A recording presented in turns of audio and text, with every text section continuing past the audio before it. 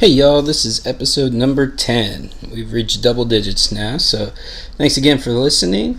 And this episode is about Game of Thrones, and it ties into the overall themes of this podcast. So I hope you give it a listen, even if you aren't a fan of the TV show. But there's a lot to complain about, and there is a lot of language used on this one as well.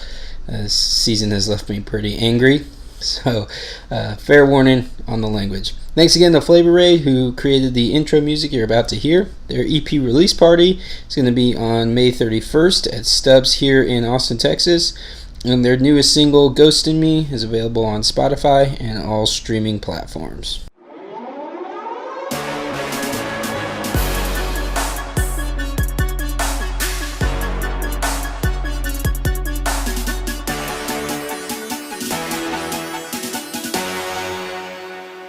What's up, y'all? This is the Sovereign Individual Podcast. My name is Eric Guerra, and I am your host. And today, we're going to be talking about Game of Thrones. So, the final season's going on right now, and it sucks a lot. It's been incredibly disappointing, and I talked a little bit about it on the last episode, just specifically referring to one line that was in that episode that really resonated. And the episode that just happened, it somehow keeps getting worse and worse. So I'm going to get into that and just kind of why this season sucks. Again, this is this podcast kind of catharsis for me. So I feel like if I don't get this stuff off of my chest, it's going to be it's just going to help me a lot to get this off my chest. And there's a way to tie it back into kind of the overall themes of this podcast, so it's not too far of a trek off of the path of what this podcast is supposed to be, or what I'm supposed to be talking about. So it's going to be a lot of me bitching about this final season. So if you're not a Game of Thrones fan, or you're not super interested in hearing it, I don't blame anybody for tuning out. But if you are interested in Game of Thrones, or you are interested in hearing and how this past episode and kind of the overall theme of the entire series and books kind of can relate into the Sovereign Individual Podcast, I would encourage you to keep listening. So it's probably going to be a long one, I imagine. There's a lot for me to complain about, and it's going to be, I'm going to probably get angry and cuss a lot too. So we'll see how things go. But yeah, so Game of Thrones sucks now, which is really unfortunate. It's kind of been heading in this path for a while. Season 7 was pretty bad as well. It's pretty much, you can track it to once they pass the books. George R.R. Martin is intending to write 7 books to complete the series, and he's only finished 5 of them so far. When they started the TV series, it was under the impression that he was going to be done with the books before the show caught up, but that didn't happen. It's been quite a wait on The Winds of Winter, which is the title of the 6th book. The 5th book came out in 2012, so it's been a hot minute, and it doesn't seem like he's anywhere close to being done. Though hopefully the backlash against this season and kind of the bad taste that it's left in everybody's mouth kind of motivates him to get them done a little more quickly. He is getting up there in the years and is constantly asked about, what happens if you die before you finish, which he tends to get angry and frustrated with that question, rightfully so. It's kind of a messed up question, like, hey dude, you're probably going to die soon, so what's going to happen? So he gets a little angry with that, which also kind of encourages me. I think he may just stay alive out of spite to finish the story as well. So so from about season 5 on, you could tell there's a drop off in the quality of the episodes and the quality of the storytelling, because they didn't have anything to go off of anymore. They just said the general outline that they had discussed with George as to kind of where the overall story was going to go, and where a lot of the main characters story arcs were going to end up, and he didn't really get into it with the secondary characters. And they've also kind of cut him out of the process in a lot of ways. He's not really involved anymore with the show, and they've pretty much told him they're making a prequel series that's starting to shoot this year. I think the plan is that it's going to debut next year, and it's about the first long night. Which, for those who don't watch the show, if you don't watch the show, there was a period of time like 4,000 to 8,000 years before the Game of Thrones is taking place, where there was a generations long winter, and there was like heroes that rose up and were able to defeat.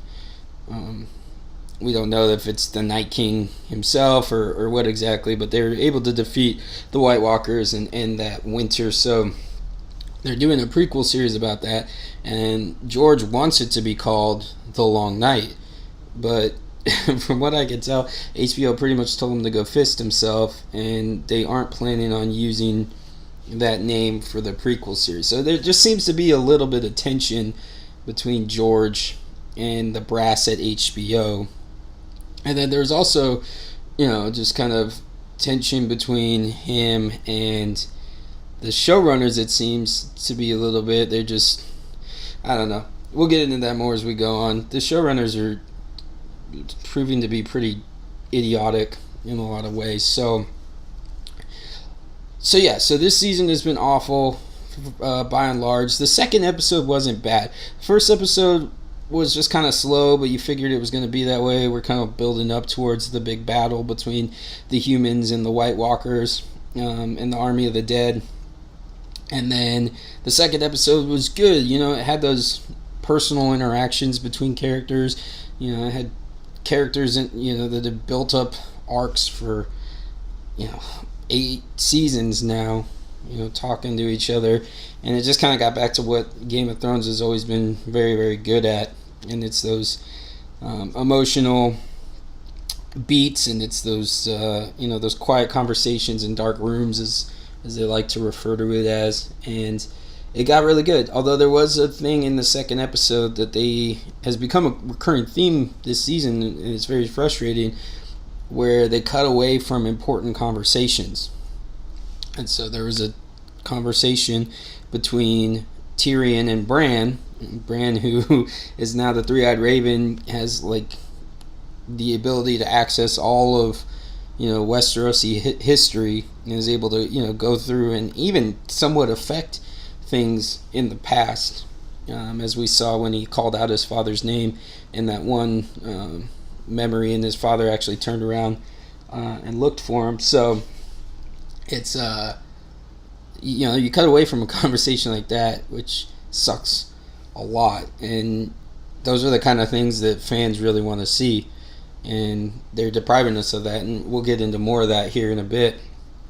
And 3 really split the fan base. That was kind of the first inklings that this season was going to absolutely go to shit. So I'm not going to get into the whole dark. It was so dark. There was a lot of people complaining about that, and I get it. We the brightness was up on our TV, so we were able to see pretty much everything. It wasn't there wasn't really a part where I was like, oh man, I can't really tell what's going on, except for maybe when the dragons were fighting in the air. It's kind of hard to see what was going on, but I don't even think that was a darkness thing. I think that was just the way in which they shot it. It didn't really make sense, and you couldn't tell which dragon was which, and yada yada yada.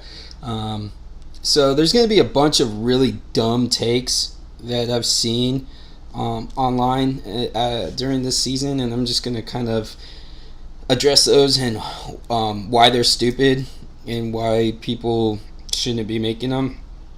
And if you're going to have a trash take like that, why you should just pick it up and keep walking, because I'm not trying to hear it. So one of the first ones as a result, so you have the Battle of Winterfell. Arya ends up killing the Night King in the end. Fine, whatever.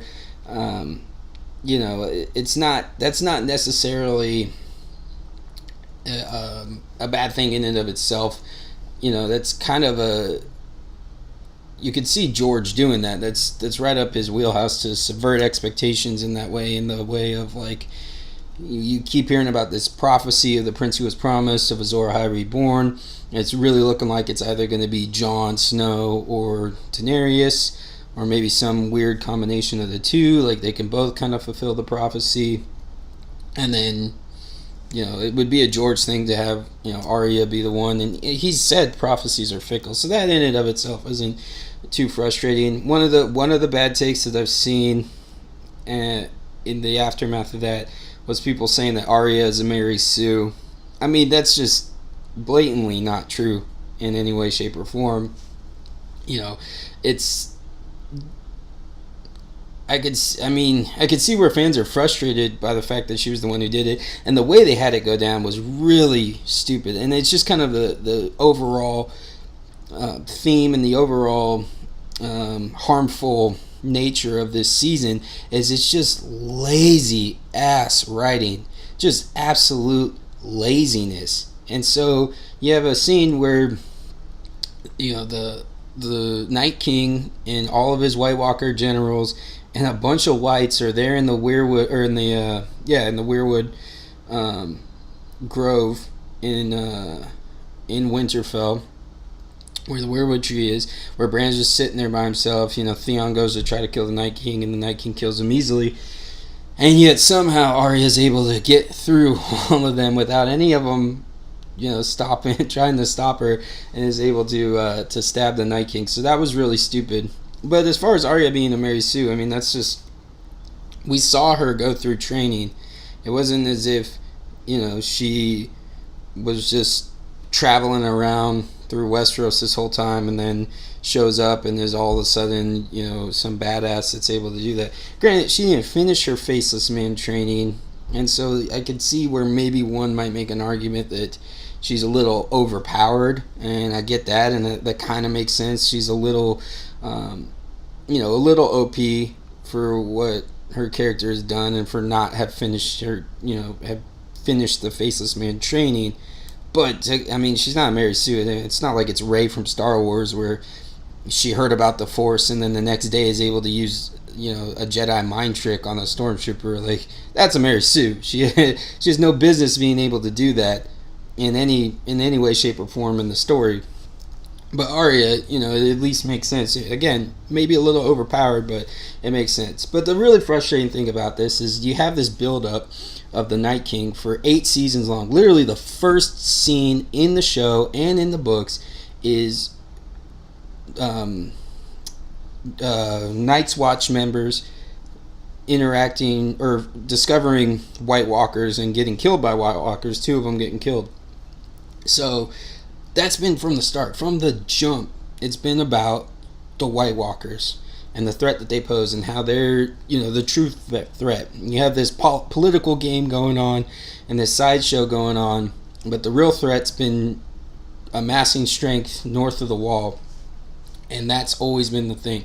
And so then you basically have the Night King, all he existed for was to just be pure evil. So for the first time in Game of Thrones, you have a character who's just purely one thing. And so he's just purely death. That's all he's seeking to do is destroy humanity, kill Bran, so that the traces of human history are going to be lost. There's no historical record, quote unquote, anymore, because Bran is basically a living historical record. He can access anything in the past, and there's nothing there. We don't find out who he is. They did that flashback showing his creation, so we don't find out anything about who he is or who he was before the Children of the Force turned him into the Night King. We don't find out if that's truly their goal. Bran says it, but we don't know if that's truly what their goal is to just bring about a long night. We don't find out why they're back now. Why 8,000 to 4,000 years, 4,000 to 8,000 rather years after the first long night, why are they back now? What caused it? Was it because the dragons were born? Is it because there's nothing there? All of a sudden they just decide to show up. They are able to add anybody that they kill into their ranks. He's able to raise the dead and make them part of the army. So they basically, and that you see that in episode 3 during the battle. At the one point, he raises his arms, and all the dead people then join that side. So they're even more overmatched than they already were. And the first time that they actually come into a battle with humanity and they just lose, and that's it. That's all there is. With that, 8 seasons, you build that up, and that's it. A 17-year-old does a Michael Jordan jump out of nowhere, somehow getting through everybody. Nobody tries to stop her. Drops her knife into her other hand when he catches her and stabs him. And that's it?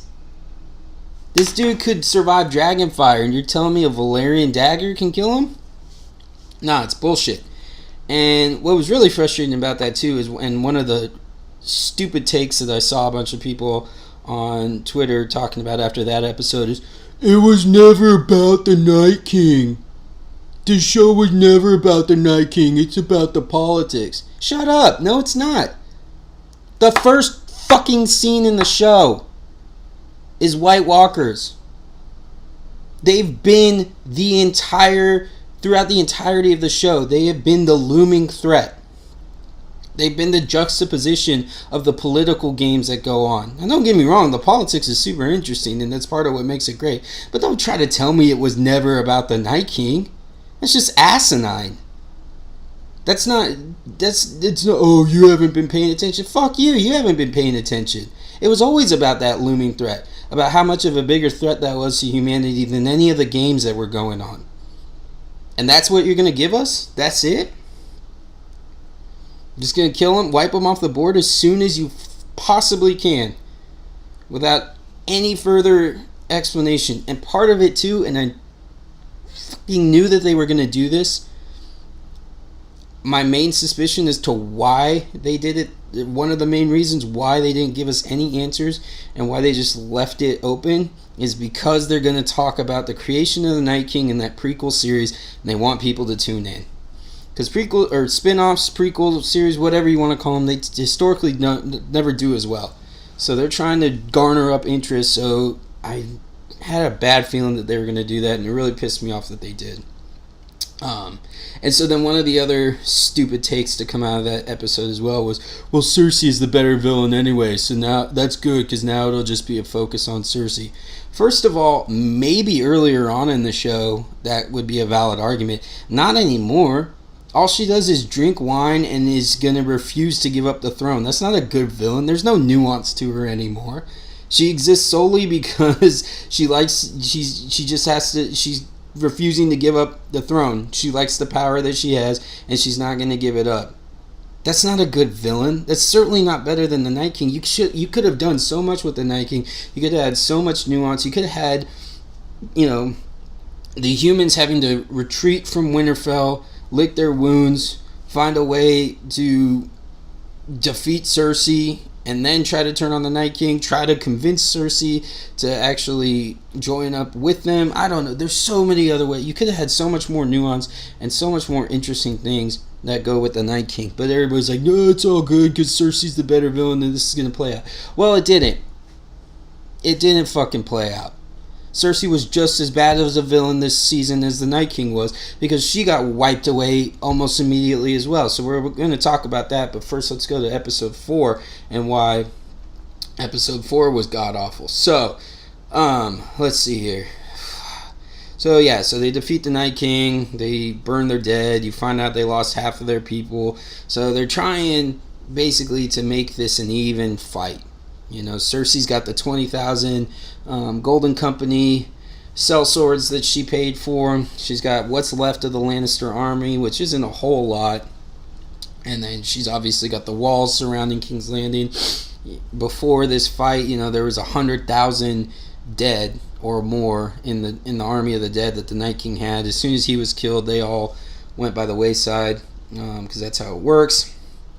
And you had to figure, I don't know the exact numbers. They never really went over the exact numbers, but you had to figure Dany and in the north, and Jon and all their forces, had to be somewhere around like, I don't know, 80,000 maybe. Um, just between the North, the Knights of the Vale, the Unsullied, the Dothraki. And so they're saying that they lose about half. But again, they don't really let you know what that is. So it's probably somewhere around the 20,000 to 30,000 troops that Cersei has. And then, yeah, so, whatever.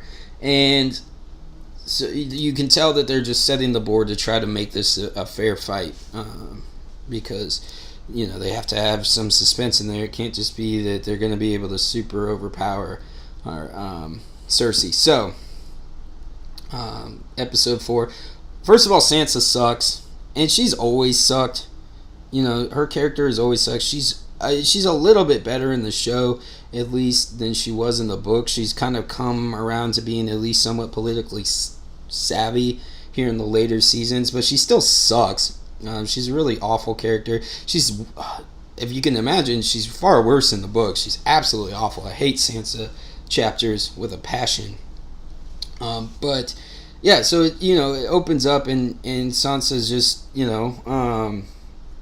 just being just sucky as always, and we're gonna get into kind of why exactly that is right now. So again, back to that cutting away from conversations that they've been doing, which is super frustrating. So in this episode, Jon is in the weirwood grove with Sansa, Arya, and Bran. So it's all the Stark children, the remaining Stark children, the remaining Stark family. That's it. That's them. They're out there talking, and Jon is basically going to tell them, who his true parents are, how he's actually the true heir to the Iron Throne, how he's not actually their step sibling, he's their cousin. He's not. They don't share a father. He's their aunt's son, but his father pretended that he was his bastard in order to keep him safe, so that King Robert wouldn't kill him. And so he makes Sansa and Arya promise that they're not going to tell anybody. And then he signals at Bran to tell them, because Bran's the one who spilled it to him. And then they cut away.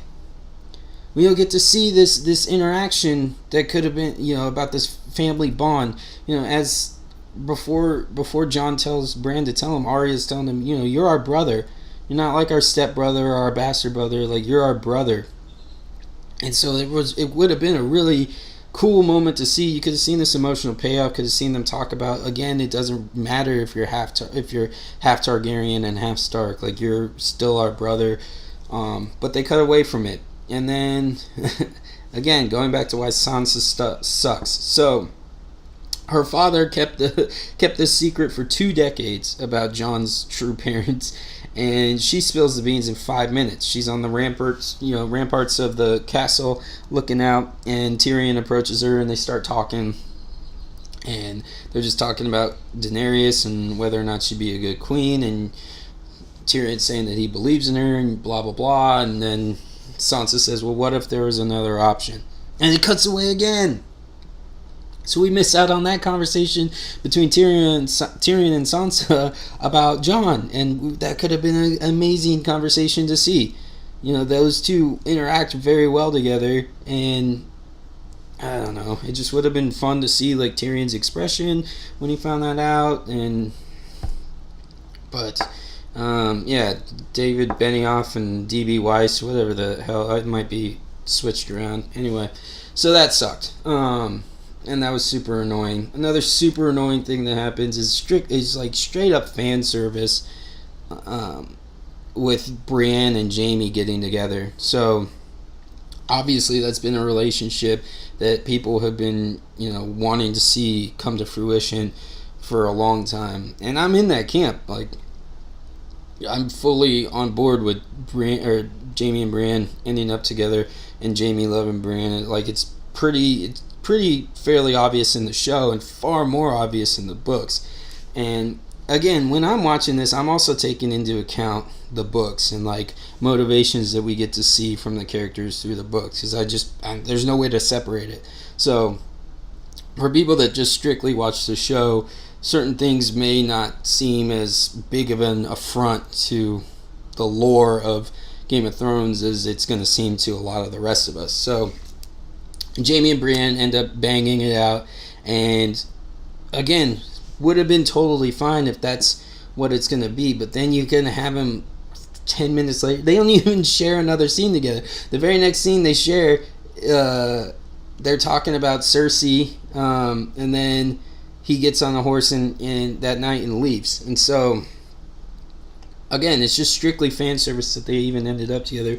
And a lot of people are saying that this makes sense for Jaime's character as well. It doesn't, based on what they've done in the show. Like, if you're strictly a show watcher, it doesn't make sense because of the arc that he's been on and what he did at the end of season 7, leaving her. And it definitely doesn't make sense if you read the books. Now, I don't know where George plans to take it, so maybe he would have Jaime come around and come back to Cersei in that way. But right now in the books, he's basically, Cersei is still in prison with the High Sparrow, and she's been writing letters to Jaime while he was at River Run to try to get him to come back and help her, and he was like, no. He ignored the letters, he burned them, and he was like, I'm not going. He doesn't care. He's kind of not under her spell anymore. He actually agrees to go on a mission with Brienne, and that's the last that we see of him so far in the books. So yeah, especially if you're a book reader, it really doesn't make sense that he's just going to up and go back to Cersei. So that was just kind of dumb, but whatever. Again, it's just kind of, that's going to be my answer to most of this stuff, is but whatever, because it's all so fucking stupid. So let's get down to speaking of stupidity. How about a character that exists solely to move the plot along, doesn't have any sort of development himself, and literally is always in the right place at the right time for whatever they need, and apparently has like some sort of super stealth ability with his ships, because he's able to just get to places without anybody noticing.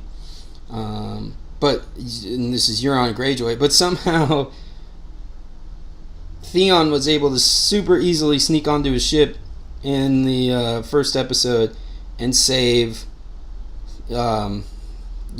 I think, is that Yara? Yeah, Yara in the show. She's called Asha in the books, but they changed her name because it would have been confusing.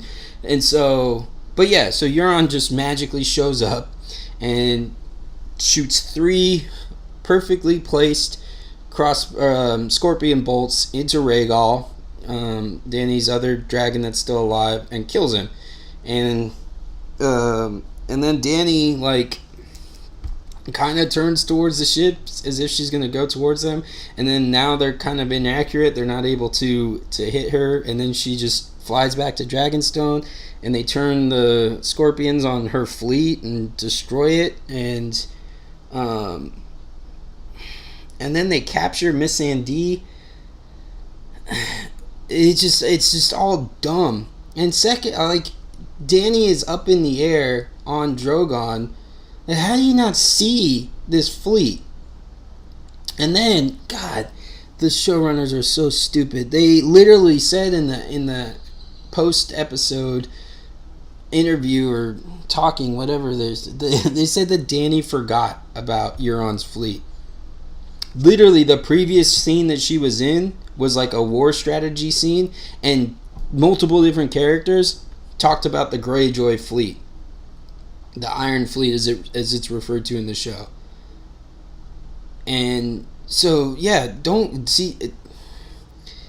What they try to do then when they say shit like that, and when people defend shit like that, is what you're trying to say is, no, you're just not understanding it. No, you're just shitty writer, and you're lazy as fuck. Because that's all that this scene exists for, is to scrap a dragon off of the board to try to, again, make this battle that's about to come up in the 5th episode more equal. So, yeah, don't come at me with the, oh, she just forgot about bullshit. She hasn't forgotten about them. They were talking about it a scene ago. Don't give me that shit. And then why? Yeah, how the hell did they end up capturing Missandei, first of all, and then he's able to just bounce out of there and get back to Cersei lickety split. Apparently, Goku taught people in Westeros instant transmission because they're able to just travel back and forth at the drop of a hat, which is absolutely insane as well. So, and so then at the end of episode 4, Dany goes to King's Landing, and they kind of, Cersei's on the battlements with her people, and she's got Missandei up there. And Tyrion makes a last-second plea with Cersei to, think about your child, which Euron doesn't catch that Tyrion somehow knows about this child that he was just told about earlier in this episode. So, how would Tyrion know unless it's not your child, bro? It's Jaime's. So that's dumb. Again, lazy, bad writing. They're not thinking any of this shit through. They're not having somebody from the outside just sit in and be like, well, what about this? What about this? What about this? None of this makes sense, you fucking idiots. And then, what do? They execute Missandei. They cut her head off. Which, again, if you're in the middle of wartime, maybe Cersei's not known as a wartime strategist. That's fine. But not a single one of her advisors is going to be like, hey, you know how you captured one of Daenerys' closest advisors? Maybe you should keep her with you and next to you during this battle so that Daenerys isn't tempted to just burn down the Red Keep with you inside. Like, if you have one of her best friends and one of the people she's closest to in the entire world with you, she might think twice about just lighting that bitch up. But no, they cut her head off instead. And then at the end of this episode, kind of a sentiment about, before she dies, Missandei says Dracarys, which is High Valyrian for dragonfire. It's also the word that Daenerys uses whenever she's telling her dragons to burn something. So, at the end of this episode, there was kind of a sentiment among people that I was seeing on Twitter of like, yes, burn it down, Queen. Like, yes, burn it down. Like, a bunch of people were saying, burn King's Landing to the ground. Do it. Fuck these people. Fuck Cersei. So that was a big sentiment, and I'm going to circle back to that in a bit and kind of why that specific sentiment is important and kind of how it plays into the way things went down in episode 5, and again kind of tie it into the theme of this whole podcast as a whole. So let's get to episode 5 then, which was this past Sunday night. So let me go over some positives real quick before I just shit on it nonstop.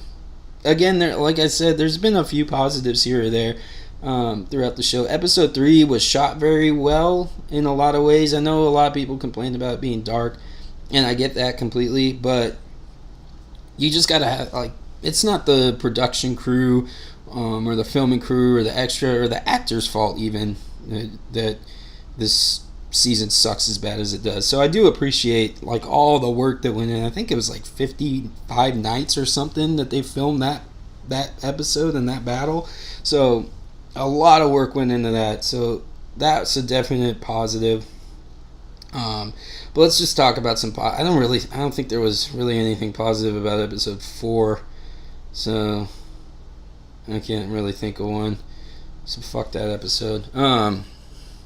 Yeah, so episode 5, so some positives there. Yeah, okay, hold on before I get mad. Yeah, okay, we'll go positives first. We're gonna stick with positives first. So there are 2 really good goodbyes in that episode, and both involving Tyrion. So the first was Tyrion and Varys. So when Varys is brought down, and again, this is very quickly going to come back up when I start on the negatives, but when Varys is brought down to be executed, he and Tyrion, say goodbye, old friend. And Tyrion is probably Varys' only friend in the world, as far as I can tell. There's really nobody else that he's close to. I mean, he was friends with Ilio a bit, kind of, in that they were scheming together to get one of the Targaryens back on the throne. But Ilio hasn't been around since what, like season 2 maybe. So that was a very emotional goodbye in a lot of ways, and Tyrion just kind of being like, I had to do it, and Varys, even in facing death, was like, I hope I'm wrong, and I hope that she actually turns out to be the ruler that we were both hoping she would be, and that we both believed she would be not too long ago. So that was a really good scene, or that goodbye was really good. I wouldn't say the scene was good. I guess maybe it was good. The way Drogon came up out of the darkness was pretty cool. So the way it was shot was pretty good, but I just can't get over how stupid the circumstances around it were. But we're sticking with positive for right now. And then Tyrion and Jaime had a really good goodbye as well. Very emotional. 8 seasons worth of these two interacting. I mean, not every episode, obviously, and there's seasons maybe where they didn't even interact at all, but their relationship and those two actors have just done so well. I mean, you can give them, you could give both of them like, cooking instructions to read, and they would be able to make it a really good scene. Like you could give them, you could have them reading code or math equations, any sort of generic thing with no emotion in it, and they could bring it a lot, bring it to life. So that was a really good scene as well. And again, you did get the feeling that was going to be the last time they saw each other. And so that was both of those goodbye scenes with Tyrion were really good and really hit good emotional beats. It was shot very well, so you could see everything very, very easily in comparison to episode 3. So that was good. And the way in which they shot everything was really powerful and really good. So again, credit to the production side and the camera side, and the actors as well. There was very good acting in this episode. All shit aside, all bullshit aside, there's very, very cool imagery in the way things were shot, and there was very cool action set pieces. Even if the circumstances surrounding it are absolutely batshit asinine and stupid and idiotic, the way they were able to make things look was very cool. Like when Daenerys was taking out the Iron Fleet, that looked awesome. That looked really cool. And then another goodbye that was really good was Arya and the Hound. Again, the circumstances surrounding it are stupid, and the circumstances of what Arya did are stupid and are going to come back up here in the negatives real quick. But the fact that the way they said goodbye, the way she referred to him as Sandor, nobody really calls him by his name anymore. He's always referred to as the Hound. So you very rarely have you ever seen him in this show referred to by his first name. So for her to say that, it's just kind of a cool way for them to end their storyline. They had that buddy cop thing going on in the earlier seasons where they were traveling around together, and that was some of the best interactions and scenes in the show, really. And so to see them kind of come back full circle, they have their little buddy cop reunion as they travel to King's Landing, and then they're moving throughout the city together, and so it was just kind of a cool way for that to end. So again, there were some good things about it, and there's one more thing in the positives, but I'm going to circle back to that when we get towards the end, because that ties into how I'm going to tie this into the overall theme of this podcast. Alright, so negatives. Now there's okay. Varys. Boy, they really shit the bed with Varys these past couple seasons. They've just been... You can tell that without the books to go off of, they just have no idea what to do with his character. Varys would never... Varys would... He made his play. He shot his shot. He went up to Jon Snow as soon as Jon arrived and basically just kind of asked him, hey, would you be king? Because I think you would be better at it, and you have a better claim. And Jon was like, no, Daenerys is my queen. I swore my loyalty to her. Varys would then deuce out. He'd be gone. He'd be like, all right, I shot my shot. I tried. I'll be around, and I'll be around if you change your mind, and if you become king, I'll be there for you, but it's time to go. He wouldn't stick around and wait to be arrested and then burned alive. And people will use that burning alive, of him being burned alive, as part of the argument for Daenerys' story arc, which we're gonna dive into that here pretty soon as well. But that's her keeping her word. She told Varys if he ever betrayed her that she would burn him alive. Now, we could get into the nuance of whether or not Varys actually betrayed her. I don't really consider trying to tell people the truth about Jon Snow's parentage to be betrayal, really. But from her stance, he's basically trying to begin a coup. He's trying to undermine her claim to the throne. And so I can see where, that's betrayal. He's supposed to be one of her advisors, and here he is kind of scheming to get somebody else on the throne instead of her. So, but yeah, it was really unfortunate to see the way they did Varys. And Varys, Conleth, I'm blanking on his last name. His first name's Conleth. The actor that plays Varys was interviewed recently, and he kind of had similar sentiments where he was just frustrated with where the character went. And he was talking about when he read that he was going to be dying, he had like a reaction of, what did I do wrong? Like, how did I mess up? Why are they killing him? Because and that's the thing too, we're going to get into this and the actors' reactions to the thing, because they have spent time, years, almost a decade for most of these actors that are still around, in these characters, living these characters for however many months at a time they're shooting. They know these characters really well too. They recognize that this whole season has been bullshit for pretty much every single one of their characters' arcs. They're just being completely dishonest with the character arcs in the name of like subversion or not doing what you expect or some other bullshit. This is Game of Thrones. The entire fucking saga, books, show, it's all subversion. The Red Wedding was one of the most subversive things in the history of fiction.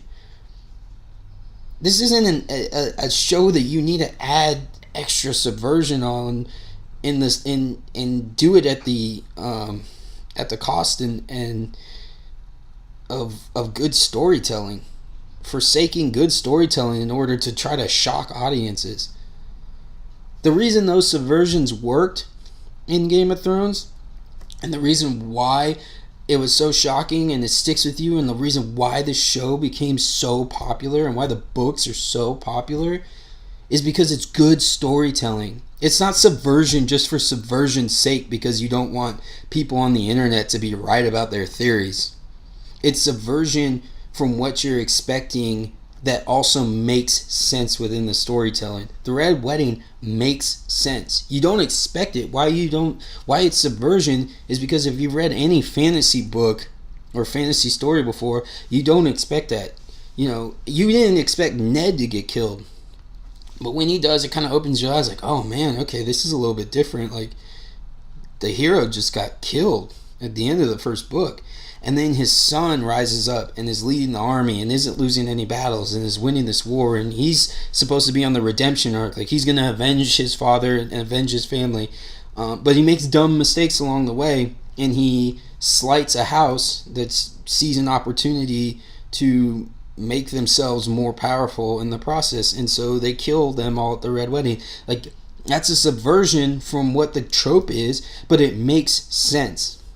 The subversions that they've been doing in these past 2 seasons don't make sense. And they're just doing, especially this season, they're just doing it because they want fans to not have been able to guess what is going to happen. And that's fine if you're going to tell the right story to get there. But they're not. And that's where this gets really fucking frustrating. Let's see, what else can we talk about how shitty this episode was. So suddenly the Scorpions are incredibly inaccurate. Because they served their plot purpose last week by eliminating Rhaegal, and now, when not only do you have the entire Iron Fleet, that have the Scorpions on their ships that are firing at Drogon. You also have stationary ones on the wall that aren't on the water, that aren't moving around. And none of them are able to hit him either. And he's able to just torch them all and take them out. So that's lazy writing and bad storytelling. Like, you literally had that scene of incredibly accurate. Dude, Euron hit him 3 times from like over a mile away. And then they can't hit Drogon at all? That's insulting to the intelligence of the viewers. Like, you're too stupid to realize what we're trying to do here. It's like, no, we all see what you're fucking doing, and it's horse shit. So that was just what they could have done is just had Rhaegal die as a result of his wounds that he suffered in the Battle of Winterfell against Viserion, or not even die as a result of his wounds. They could have just had Viserion straight up kill him. Like, that would have worked a lot better. And it would have made Viserion seem a hell of a lot stronger. So it's just absolutely, I don't know, it's insane. And then, I mean, pretty much everything with Euron is just stupid. He's just been one of the worst written characters in probably cinematic history, if we're going to be honest. It's just, he's a much more compelling character in the book. He's super twisted, super sociopathic. Might even end up being worse than Ramsay from kind of the previews that we've seen from book 6. But so he somehow survives his ship being blown up by Dragonfire, and then lo and behold, just happens to wash ashore right where Jaime's trying to sneak into the castle. Again, that is lazy. That is straight up lazy storytelling, lazy script writing, and just to watch a show like this that was just so good and really did a very good job at adapting the books, and even added some things and some conversations that weren't in the books that were excellent. And to see it just reduced to this, it's just typical TV now. Like, people are exactly where they need to be when they need to be there because reasons. Because the plot calls for it. And then why the fuck did he want to fight Jaime? It made no sense. It doesn't make sense at all. If you had made him aware or made him realize that the baby wasn't his, that Cersei's carrying, maybe that would make sense then. Maybe that would be a reason for why he would want to fight him. But you don't show that. You don't show that Euron had that realization that the baby's not his. So now he's just wanting to fight Jaime for fuck all's sake. Good God. It can't. I don't think that I could write a TV show as well as good as Game of Thrones was, but God, I feel like I could write a lot better than this season. This is just bad. And then where they took Jaime, I mean, again, people are just like, oh, Jaime was always going to do that, and he was always going to go back to her. And maybe that's what's going to happen in the books. Maybe. And maybe you get to see his thought process, and George, I'm sure, will write it in a way that makes sense, that where Jaime actually goes back. But pretty much it came down to Jaime just being like, I don't deserve to be with Brienne. I deserve Cersei because we're both horrible people. Like, dude, you left her to go fight for the living like you said you would. Like, you've done a lot of, like, you did a lot of awful shit earlier on in the seasons, but you've done a lot to redeem yourself. I mean, it's just super frustrating. and just again, just to kind of show the overall laziness that's just hovering over this entire season. So in the 4th episode, there was a Starbucks cup that was left on the table and left in the shot and left in the episode after editing, to the point where everybody saw it. It's since been digitally removed, so any of the episodes available on streaming don't have it in there anymore, but it was in there. Again, lazy. And all aspects, and I put that 100% on the showrunners. Because even if like somebody should have caught that in editing, or somebody on production should have caught it while they were filming, that is a symptom of the two men at the top not giving a shit about this show anymore. And that kind of attitude and mindset trickles down and infects everybody. And so then, again, this season, the very last scene that we see Jaime in, when he and Cersei are in the basement of King's Landing and everything's crumbling around them, he goes and holds her, and lo and behold, they show his fucking right hand. The hand that was cut off in season 2, 3, whatever season it was. And he's had a golden hand ever since. Like, oh my god. How are you this lazy? And how are you this bad this season? How are you not noticing any of this? And then they just completely misuse Cersei. This whole idea of, oh, Cersei's the better villain anyway, and it's okay that they killed the Night King so easily because Cersei's going to be the big villain and the big bad, and she's a better villain anyway. Again, like I said, maybe a few seasons back, but recently she hasn't been. And then this season, what did she do? She stood at a window and drank wine. That wasn't a good villain. You telling me we lost out on all the stuff with the Night King and the Army of the Dead for this? It was 7 minutes and 30 some odd seconds from the time Dany started burning the Iron Fleet to the time when she landed the dragon on the wall and was looking out as the bells were starting to ring. A 7-minute battle. The Golden Company, they get hyped up all season long about how good they are. They get taken out in like 20 seconds. It's just lazy. You built this up to be this battle. You built it up to where we were going to have this villain in Cersei. And all of it was just fast forwarding to try to get to subverting expectations so that you could introduce Daenerys as the true villain. It's fucking stupid. Alright, a few more things. But we're going to get into Dany pretty deep here in a second. I got a few more things. Clegane Bowl, parts of it looked cool. Like visually it looked cool. Kind of like when there's a part where like Drogon flies in the background and he's like breathing fire. Like it looked, that part looked cool. But it made no sense. In no way did Clegane Bowl make sense. First of all, it doesn't fit with the Hound's arc at all. It really kind of frustrated me that they went back on it, because the Hound has been acting outside of hate for multiple seasons now. He had turned a corner. He wasn't really the Hound anymore. He's going up north of the wall to help. He's looking into the fire and seeing that vision, which again, we're not really hearing anything about it.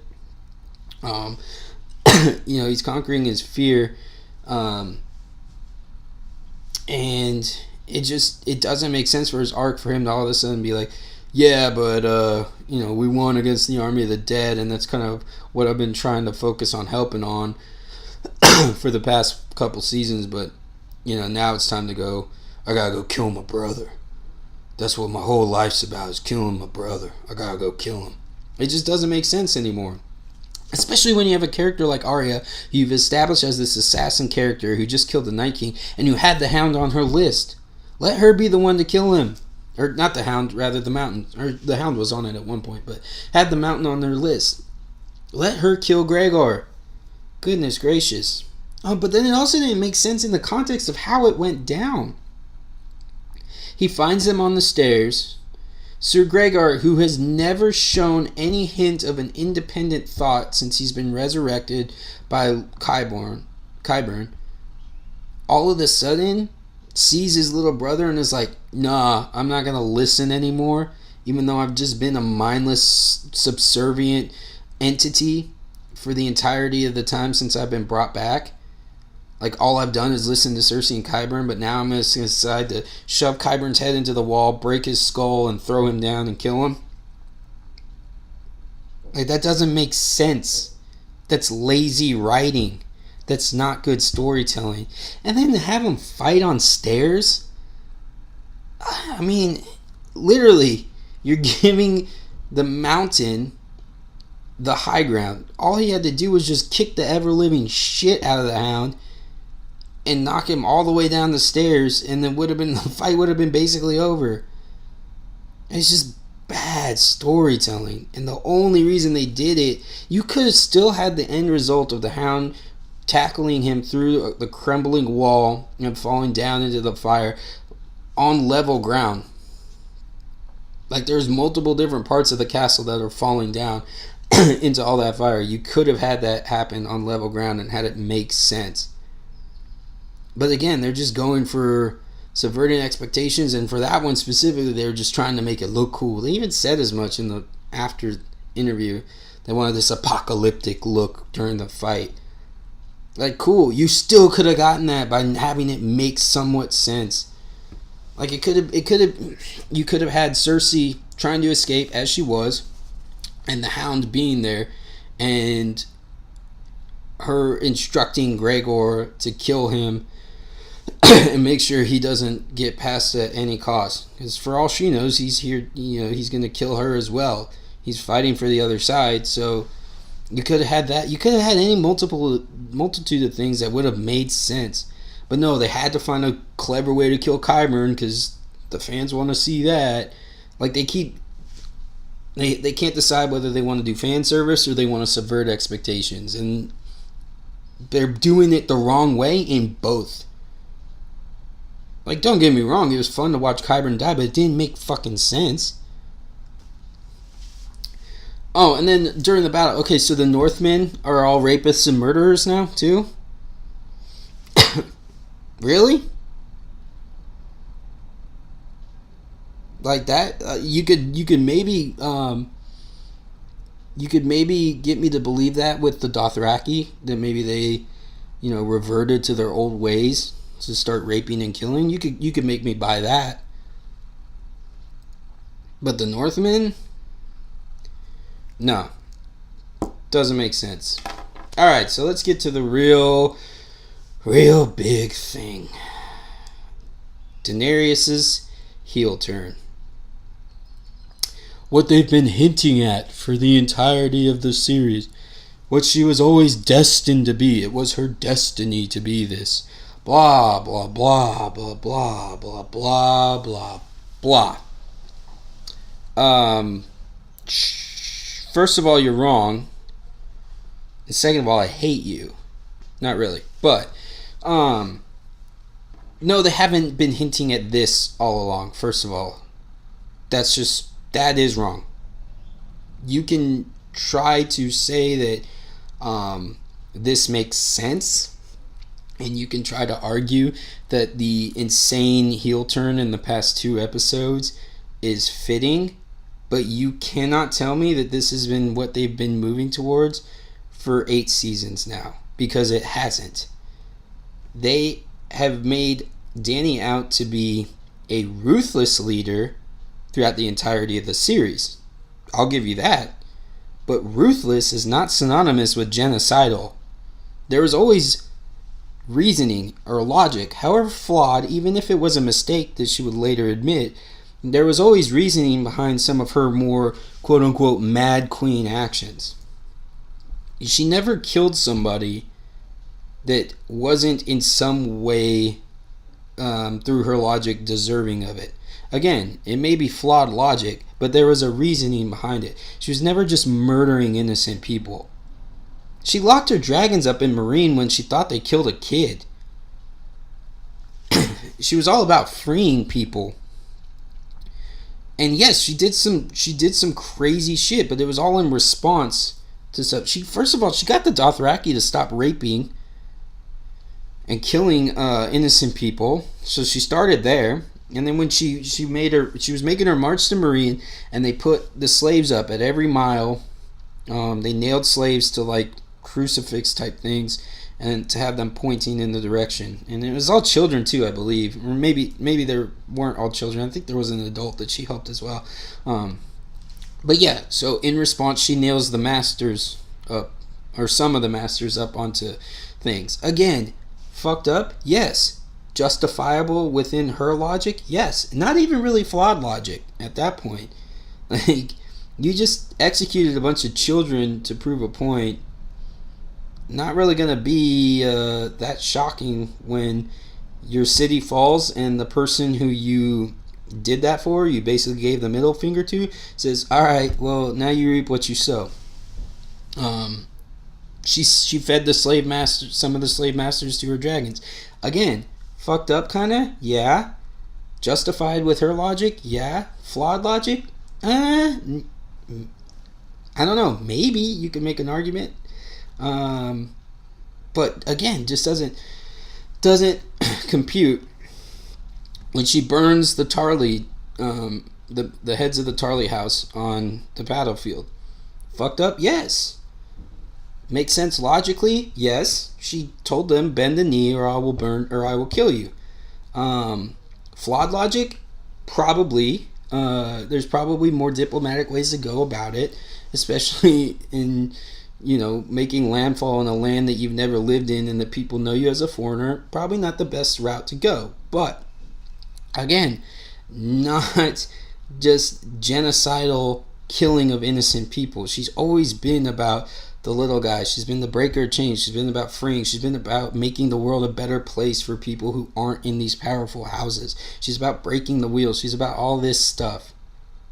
So you're going to tell me that because she had a friend die and because Jon Snow doesn't want to be in a relationship anymore, likely, again, and this is weird that they're not mentioning it. The only person that mentioned it was Varys. Jon hasn't brought it up. She's his aunt. He didn't know that when they started banging, but she's his aunt. Like, of course it's Jon Snow, and how honor bound he is and how full of honor he is. Of course he's going to have a problem with it. But again, bad, lazy writing. They want to subvert expectations, so they're just going to be like, oh, we're just going to keep it kind of weird so that it can make sense why she feels isolated and why blah, blah, blah. So it'll make sense when we turn her into the big bad villain because of reasons. And so basically what this came down to is Daenerys won the battle. The battle was won. They're ringing the bells of surrender. She's looking out at the city and she decides, I'm going to throw a temper tantrum because people like Jon Snow more than they like me. And proceeds to start burning and murdering women, children, men, her own men, probably some of her own soldiers, and some of the Norse soldiers, and some of the Dothraki, and some of the Unsullied. I'm sure some of them probably died in the Dragonfire because she was being very indiscriminate about it. Excuse me. Again, so it's rushed like everything else. I'm not saying that you can't have Mad Queen Daenerys Targaryen and that's wrong. That's not what I'm saying at all. What I'm saying is the execution wasn't there and that it's unearned. Kind of the same thing with Arya. Like, I don't have a problem with Arya being the one to kill the Night King, but it's unearned and it's rushed. And there's not the proper storytelling laid in place for that to work. They set Daenerys up to be okay with significant collateral damage on her way to get the throne. Like, would have totally made sense if she decided to just go for the Red Keep, to go after Cersei, and if a significant amount of innocent people died, because Cersei brought a bunch of the citizens there into the Red Keep specifically for that reason, to try to make it so that Daenerys maybe wouldn't attack. So it would make sense if Daenerys went after the Red Keep, is like, look, I'm gonna go fuck Cersei up, and there's probably gonna be some innocent people that die, and that sucks, but that's how this is gonna go down. Cersei killed one of my best friends, like that's what it's gonna be. But instead, she just starts killing. She's literally going like in a those lines at like Six Flags where you snake around back and forth. She's doing that up and down the city, like destroying the entire city, killing untold thousands, if not hundreds of thousands of innocent people for no reason. The showrunners don't even know what they're talking about, because they said when she's up there and she's looking out at the city and she sees the Red Keep and she hears the bells of surrender, and that's when she decided she wanted to make this personal. To who? It's been established that Cersei doesn't give a flying fuck about the people in King's Landing. So she's not making it personal to Cersei, who is her enemy in this. So who's she making this personal for? Or could it just be that the plot required, that your shitty plot and your shitty storytelling and writing required her to become that? So that's what happened. Again, you can do Mad Queen Daenerys, but it's about the execution. And this execution was awful and flawed and does not match what her character has been about for 8 seasons. They planted the seeds in the books as well. Like, the seeds are there. And I know that George is going to allow those seeds to actually grow and come to fruition to where it would make sense if this is where Daenerys is going to go in the books, which seems likely. He talked about where all the main characters are going to go. So again, that's fine when you put the legwork in. You haven't had her take a step over the line to killing somebody who doesn't have a justifiable reason for being killed in her mind. Even Varys, again, like I said, you could argue as to whether or not what he did was actually betrayal, but in her mind, he is trying and scheming to get somebody else on the throne, which is what her stated goal has been for the entirety of the series. So it would make sense, and she promised him in season 6, I think, season 6, that if he ever betrayed her, she would burn him alive. So that's staying to her word. Again, not a valid argument into the Mad Queen theory. She has not crossed that line. She hasn't come close to crossing that line. And then all of a sudden, I'm supposed to believe that because people like Jon Moore, and because she lost a few people that she loves, when she's lost people before, she lost her husband, who, it doesn't really talk about it as much in the show, but throughout the books, like, she is still madly in love with Khal Drogo and thinks about him all the time and thinks about being reunited with him. Like, that's a huge part of her storyline. That didn't make her want to kill innocent people. But I'm supposed to believe that now, to make it personal with Cersei? Fuck off. That's bullshit. It's absolutely asinine. And the worst part is, nobody made them rush this. HBO was fine with them doing 10 episode seasons, and they were fine with it going past 8 seasons. They didn't want it to end. The showrunners did. And again, that's fine too. If you're over it and you know, it's 8 years or almost a decade, whatever the hell it's been, probably over a decade now because it's been time between seasons, and you don't want to do it anymore, that's fine. Hand over the ropes to somebody else who's going to give it the proper care and attention that it deserves. And I really, a lot of times whenever showrunners change in the middle of a show, it spells doom a lot of times, and the show and the quality really suffers. In this case, I don't think it would have, because it's been awful since they passed the books. So I don't think it could have been any worse than what it is right now. And if we could have had somebody who cared about it and who wanted to put the time and the effort in to actually tell this story, I don't think you would be seeing the insane amount of vitriol towards this final season that you're seeing right now. And then it especially hurts them that you just had Endgame come out when this season started, because Endgame had far more characters, and it tied it up in a way that was satisfactory. It had fan service, but the fan service wasn't bad, and it wasn't dumb. It made sense, and it was awesome. Like Captain America picking up Mjolnir. That's fan service. It's also, he's done it a bunch in the comics, so it's not like out of left field that he's able to wield Mjolnir. But that was definitely a fan service thing. But it worked, and it was awesome. And it was probably the best part of the movie, maybe of the entire, this first run of the Marvel 22 movies. Like, that was one of the coolest things I'd ever seen. So you've got that going on. And they subverted expectations there, too. Like, most of us were expecting that Captain America was going to die, and that made sense. Like, that fits his arc. He's a self-sacrificing person, like, and he would be the one to fall on the sword, or, and as he did in his first movie, jump on the grenade for everybody else. But they didn't. They subverted expectations and had Tony Stark be the one to die. And again, there's nothing wrong with subverting expectations. There's nothing wrong inherently with fan service, but you gotta do them the right way. So we had a movie that did both in the right ways, and then you've got this final season of Game of Thrones, which is doing both in all of the worst ways and all of the wrong ways.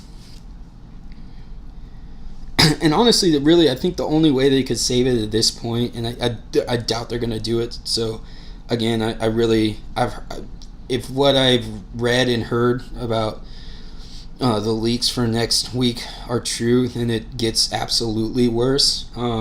But how they could save it is if I haven't gone back and watched the episode, so I'm not sure, but I heard in some reviews that there were like ravens flying around at one point. So if there's some way that Bran is influencing this and like influencing Daenerys, and like it turns out that he's kind of pulling the strings, because when he became the three-eyed raven, he really became like one of the children of the forest, and so he completely is trying to rid the world of man and rid the world of the children of the forest enemy. So like he drew the Night King out in order to be killed by Arya so that they could get rid of the White Walkers, so the children of the forest don't have to worry about them. And then now he's doing this so that the strongest humans can be taken down, and so then they don't have to worry about them anymore. That would actually be kind of something that could save it, kind of something that would be really cool, and a big subversion of expectations that would work. But I have no faith in them to do something like that. So how does this all tie in to the overall theme of the Sovereign Individual podcast? Where the hell does Eric get off talking about this, besides obviously him just wanting to bitch and moan for an hour about a TV show? Well, the books and the TV show have a very anti-war message, which is refreshing and something that I think we need a lot more of in this day and age. We've become numb to the idea of war. We've been at continuous war for almost 2 decades at this point, and the idea of another one starting up is being jammed down our throats. Another couple starting up, actually. So this anti-war message is like really, really on the nose in this episode, and the way they shot it, and the way that they were showing the Dragonfire like absolutely cutting through buildings and women and children and like killing all these people. It was very poignant and very uncomfortable to watch.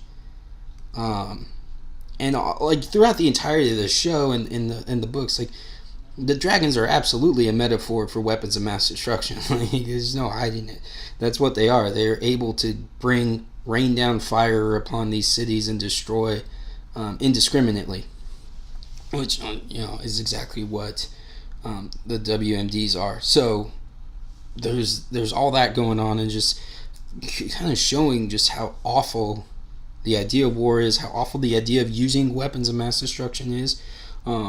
And so that was really interesting to see on Twitter, and there's multiple different screen caps that were posted of like the same Twitter user like from last week after episode 4 saying like, burn down King's Landing, can't wait to see King's Landing up in flames, similar sentiments like that, like can't wait to watch Daenerys burn this place to the ground.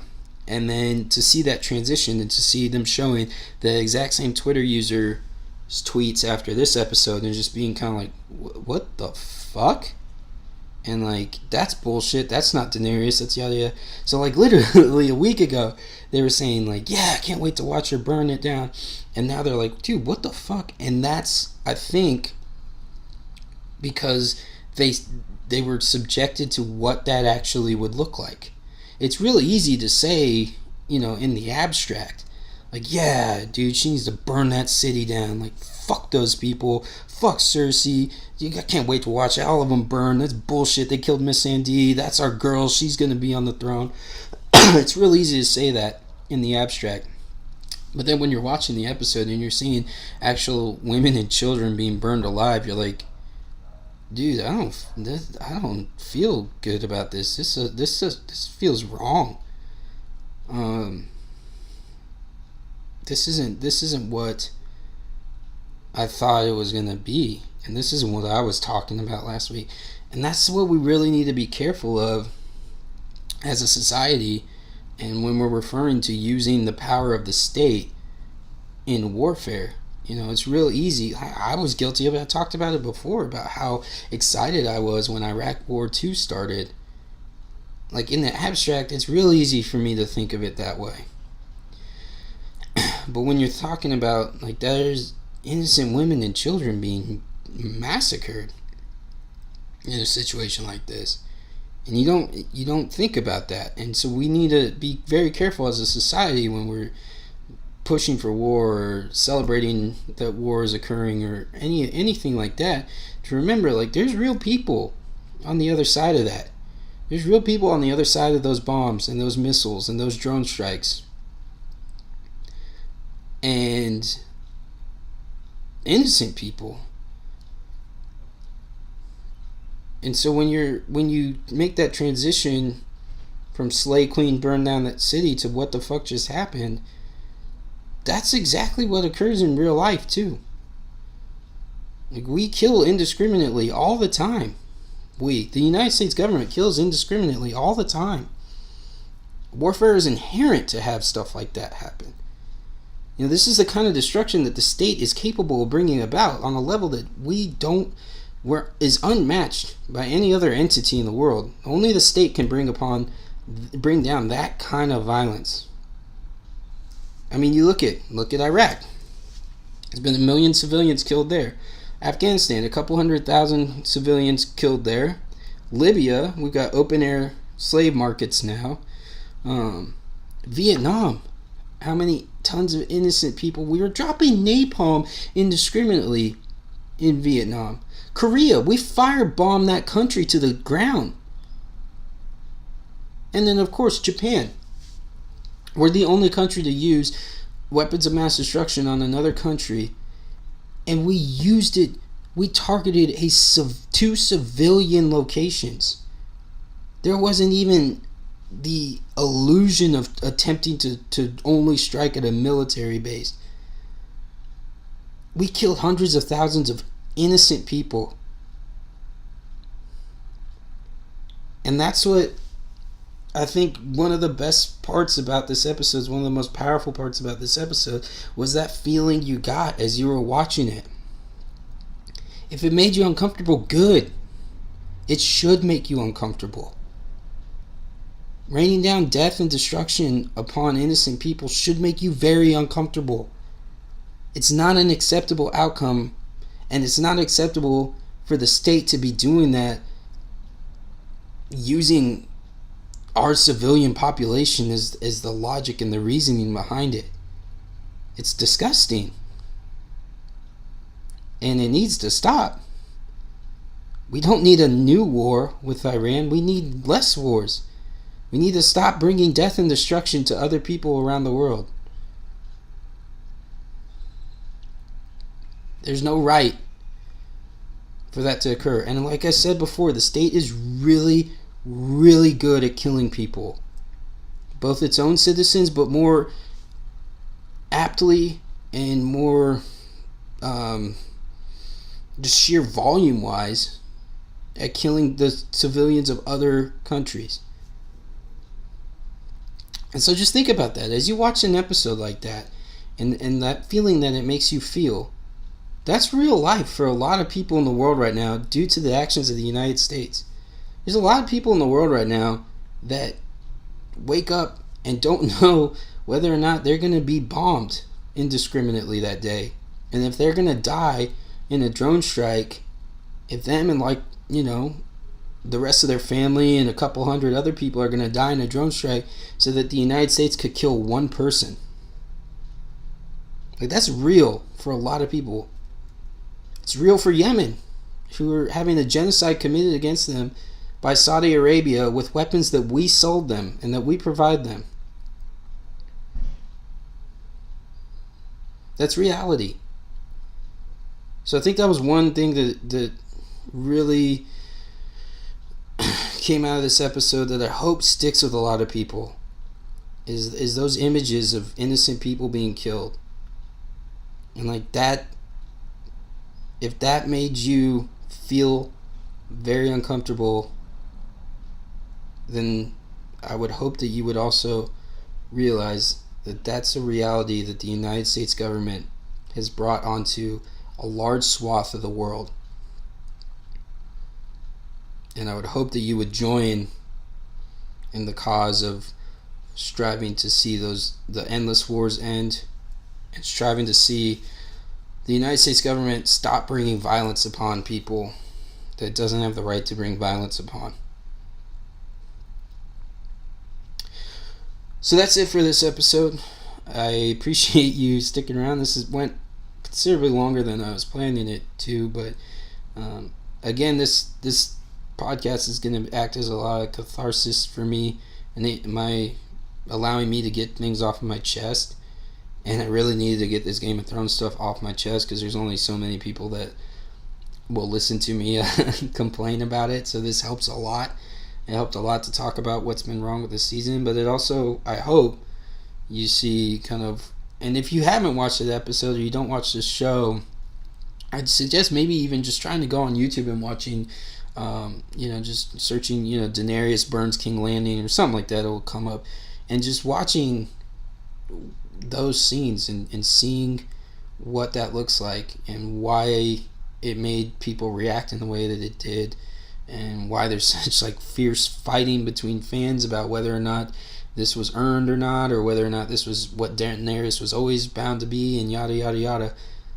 But those scenes are tough to watch, and I'm glad they shot it the way that they did, and I'm glad they made it that tough to watch, and I'm glad they reminded us that, like, when you're talking about war and when you're watching a show like this and they're doing all this political stuff and they're vying for this throne, there's innocent people that suffer because of that, because of the decision making of a few individuals who have some sort of qualms with each other, and because of that feel that they're justified in bringing down death and destruction upon people who have nothing to do with any of this, that aren't involved in any way. They're just trying to live their life. So I appreciate you listening. This is Tuesday, so it'll get posted this evening. So this is Tuesday night. A day later, I forgot I had a libertarian meeting last night. So I'm going to try to get onto the schedule of every Monday having an episode. And then I believe there'll be another one this week because there's other stuff that I want to talk about as well with stuff that's going on. So look for another one probably Thursday night. I'll get it up and posted. But thanks again for listening. You're a sovereign individual, and unfortunately Game of Thrones sucks now. So thanks, y'all. Have a good one.